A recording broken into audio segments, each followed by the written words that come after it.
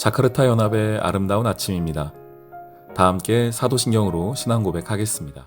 전능하사 천지를 만드신 하나님 아버지를 내가 믿사오며 그 외아들 우리 주 예수 그리스도를 믿사오니 이는 성령으로 잉태하사 동정녀 마리아에게 나시고 본디오 빌라도에게 고난을 받으사 십자가에 못 박혀 죽으시고 장사한 지 사흘 만에 죽은 자 가운데서 다시 살아나시며 하늘에 오르사 전능하신 하나님 우편에 앉아 계시다가 저리로서 산자와 죽은 자를 심판하러 오시리라. 성령을 믿사오며 거룩한 공회와 성도가 서로 교통하는 것과 죄를 사하여 주시는 것과 몸이 다시 사는 것과 영원히 사는 것을 믿사옵나이다. 아멘. 마가복음 제1장. 하나님의 아들 예수 그리스도의 복음의 시작이라. 선지자 이사야의 글에 보라, 내가 내 사자를 내 앞에 보내노니 그가 내 길을 준비하리라. 광야에 외치는 자의 소리가 있어 이르되 너희는 주의 길을 준비하라. 그의 오실 길을 곧게 하라. 기록된 것과 같이 세례 요한이 광야에 이르러 죄 사함을 받게 하는 회개의 세례를 전파하니 온 유대 지방과 예루살렘 사람이 다 나아가 자기 죄를 자복하고 요단강에서 그에게 세례를 받더라. 요한은 낙타털 옷을 입고 허리에 가죽띠를 띠고 메뚜기와 석청을 먹더라. 그가 전파하여 이르되 나보다 능력 많으신 이가 내 뒤에 오시나니 나는 굽혀 그의 신발끈을 풀기도 감당하지 못하겠노라. 나는 너희에게 물로 세례를 베풀었거니와 그는 너희에게 성령으로 세례를 베푸시리라.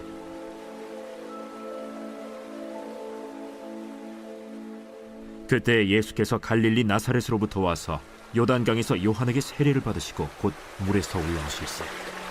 하늘이 갈라짐과 성령이 비둘기같이 자기에게 내려오심을 보시더니 하늘로부터 소리가 나기를 너는 내 사랑하는 아들이라. 내가 너를 기뻐하노라. 샬롬, 자카르타 연합의 아름다운 아침입니다. 오늘부터 시작하여 마가복음을 저희가 이 아침 함께 보도록 하겠습니다. 오늘은 1장 1절부터 11절까지의 말씀을 함께 볼 텐데요. 그 전에 우리가 본문 들어가기 앞서서 이 마가복음을 잠시 설명드리도록 하겠습니다. 마가복음은 사복음서 중에 가장 먼저 쓰여진 책으로 알려져 있습니다. 저자는 마가이고요. 여러분, 마가하면 어떤 것이 좀 생각나십니까? 마가가 유명한 것은 마가의 다락방도 유명하고, 또 마가는 바울과 함께 또 바나바와 함께 선교 1차 전도 여행을 떠났던 사람이기도 합니다. 물론 그것이 문제가 되어서 이 마가가 중간에 1차 전도 여행 중에 도망갔던 것이 떠나버렸던 것이 문제가 되어서 2차 전도 여행 시작할 때는 또 바울과 바나바가 갈라지게 되는 어떤 원인 제공자 역할도 했던 사람이기도 합니다. 그러다가 이제 마지막 바울의 어떤 마지막 말년에는 또 그를 함께 초청해서 그 사역을 함께 나누고 또 마지막 바울의 삶을 좀 돌아볼 수 있도록 돕는 역할을 했던 것이 또 이 마가이기도 했습니다. 그래서 예수님이 성경의 시작으로 본다면은 성경의 시작이기도 하고 또 예수님의 사역 전반을 한번 정리했던 사람이기도 하지만 동시에 또 바울의 말년까지 함께 보았던 사람이 이 마가라는 인물입니다. 오늘은 이제 마가복음을 통하여서 제가 함께 말씀을 좀 보기를 원합니다. 먼저 1장 1절이 매우 좀 도전적으로 말씀이 시작되고 있습니다. 하나님의 아들 예수 그리스도의 복음의 시작이다 라는 이 이야기입니다. 마가복음의 대상은요, 마가복음을 읽는 사람은 유대인이 아니었습니다. 로마인들이었어요. 이방인들이었습니다. 그래서 이방인들이 읽는 첫 문장을 잘 쓰는 게 중요하지 않겠습니까? 그래야 그 읽는 사람들이 관심을 갖고 또 읽는 사람들의 흥미를 일으키지 않겠습니까? 그런 의미에서 본다면 이 1장 1절은 너무나 적합한 어떤 문장이기도 했고 이방인들의 입장에서는 매우 흥미를 가질 만한 이야기이기도 했습니다. 왜냐하면 이 복음의 시작이다라는 것은 당시에 누구에게만 적용되었던 이야기냐면 왕에게 적용되는 겁니다. 왕의 탄생이나 왕의 즉위할 때를 복음의 시작이다라고 이야기했어요. 그리고 하나님의 아들이라는 표현 역시 마찬가지입니다. 황제에게 적용됐습니다. 특별히 로마 황제에게 적용됐던 것이 이 하나님의 아들, 신의 아들이라는 표현입니다. 그러면은 신의 아들, 복음의 시작이다라는 것은 원래는 로마 황제에게만 쓰여지는 표현인데 그것을 지금 예수 그리스도에게 사용하고 있습니다.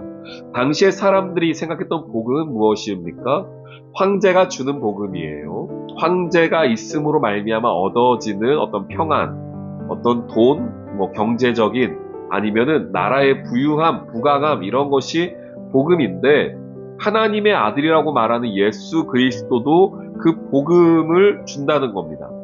근데 이제 마가가 설명하고자 했던 복음은 당시 사람들이 생각하는 그런 복음은 아니었죠. 그래서 이 마가복음의 시작, 이 복음의 시작이다라는 이 이야기에서부터 벌써 두 가지를 딱 보여주는 겁니다. 로마에서 말하는 황제가 말하는 복음과 또한 예수 그리스도가 말하는 복음이 있다. 이 두 가지를 내가 앞으로 설명할 것인데 다 듣고 나서 여러분들은 어떤 것을 선택할 것이냐 라고 말하는 어찌 보면 매우 도전적인 어떤 선언이자 동시에 질문으로 이 마가복음 1장을 시작하고 있습니다. 복음의 시작이라고 말해요. 복음이 뭡니까 여러분? 좋은 소식입니다. 우리 삶에 좋은 소식, 복음이 되는 것이 어떤 것들이 있습니까? 어떨 때에 내게 복음이 될까요? 먼저 가장 중요한 것은 예수 그리스도가 오셔야지 여러분 복음이 시작됩니다. 내 삶에 아무리 좋은 집, 좋은 직장, 아무리 좋은 어떤 것이 있다고 하더라도 예수 그리스도가 없다면, 특별히 예수 누굽니까? 하나님의 아들 예수입니다. 이 예수가 계시지 않는다면 복음이 시작될 수가 없습니다. 바라기는 이 아침에 함께 말씀을 나누는 여러분 삶의 자리 가운데에 하나님의 아들 예수 그리스도로 말미암은 복음이 시작되기를 주님의 이름으로 축원합니다. 또 어떻게 해야 복음이 우리 삶의 시작이 될까요? 4절 보시면은 세례 요한이 광야에 이르러 죄사함을 받게 하는 회개의 세례를 전파했다. 5절에 보면은 그들이 나아가서 자기 죄를 자복했다, 세례를 받았다라고 이야기하고 있습니다. 여러분, 예수 그리스도가 내 안에 오셔서 복음이 시작되면은 어떤 일들이 일어나냐면 내 안에 회개가 일어납니다. 회개가 일어나고 죄를 하나님 앞에 자복하게 됩니다. 내가 누구인지 깨달아지게 되는 것이거든요. 그러고 나면 내가 하나님의 자녀가 되어야 하겠다는 그 마음 가운데 하나님의 은혜가 쏟아 부어집니다. 회개가 예수가 내 가운데 오시고 말씀이 내 가운데 오고 회개가 일어나고 죄가 자복되고 하나님의 말씀 가운데 내 스스로가 낮아지고 나면은 그리고 나면 다시 한번 내 가운데에 복음이 시작됩니다. 그러니까 복음의 선순환이 계속 일어나요. 복음의 사이클이 일어납니다. 어떤 사이클? 말씀이 복음이 예수 그리스도가 내 가운데 찾아오고 그러고 났더니 내가 누구인지 깨닫게 되고 그러니 하나님 앞에 죄인임을 자복하게 되고 그러고 나니 다시 한번 주의 은혜가 내게 부어지고 그러고 났더니 다시 한번 내 안에 숨어있던 약한 내 모습이 다시 한번 발견되게 되고 그래서 다시 한번 주님을 찾고 주님께 자복할 수 있게 되고 그러니 다시 한번 또 주님을 의지하게 되고 이 선순환입니다. 복음이라는 것은 한번 내가 받아들였다 해서 끝나는 게 아니라 내 삶에서 계속해서 이런 작용을 일으키는 겁니다. 이 운동을 일으키는 거예요. 선한 선순환을 일으키는 겁니다. 여러분이 이 아침에 함께 말씀을 듣고 기도하는 이유가 바로 여기에 있는 겁니다. 내가 한번 예수 믿었다, 내가 한번 은혜 받았다, 내가 한번 복음을 받아들였다, 거기서 끝나는 것이 아니고 그 복음이 오늘 나에게 다시 한번 일으켜져서 내 마음 가운데 하나님을 찾게 해서 은혜 가운데 가게 해서 내가 누구인지 발견되고 내 죄악과 나의 약함이 주님께 다시 한번 고백하게 되고 그러니 주님이 그 연약한 나에게 다시 은혜를 부어주시고 그러면 다시 내가 누구인지 알게 되고 하는 내 안에 이 선순환의 고리가 이 복음의 시작이며 그런 삶이 복음의 삶이 되는 것이죠. 복음의 삶을 사는 사람들의 특징이 몇 가지가 있는데요. 첫 번째 특징은 뭐냐? 6, 7절에 보니까 이렇게 말하죠. 요한은 낙타털옷을 입고 허리에 가죽띠를 띠고 메뚜기와 석청을 먹었다라고 이야기합니다. 물론 이런 것들이 당시의 어떤 선지자의 어떤 표본의 모습이기도 합니다. 그렇지만 더 중요한 것은 이거는 겸손함의 모습이에요. 복음에 합당한 자의 모습입니다. 7절 그가 전파하여 이르되 나보다 능력 많으신 이가 내 뒤에 오시니 나는 굽혀 그의 신발끈 풀기도 감당하지 못한다 라고 말하는 이 모습입니다. 복음이 내 안에 일어나면 그저 내가 천국 백성 되었다 내 마음으로만 내 생각으로만 그치는 것이 아니고 복음은 분명하게 그 복음에 합당한 삶을 살게 합니다. 복음의 증거가 분명하게 나타납니다. 여러분 삶에 그 복음의 증거가 있기를 주님의 이름으로 축원합니다. 또 하나는 이거예요. 2절 3절 말씀에 보면은 이사야서 말씀을 인용하거든요. 이사야서 40장 3절 말씀인데 보라 내가 그 사자를 내 앞에 보내노니 그가 너의 길을 준비하리니 광야에 외치는 자의 소리가 있어 이르되 너희는 주의 길을 준비하라 그의 오실 길을 곧게 하라 라고 하면서 세례 요한이 예수님의 앞길을 예비한 것을 보여주고 있습니다. 그러니까 예수님의 복음이 시작되기 전에 어떤 누군가는 이미 그 길을 준비했다는 겁니다.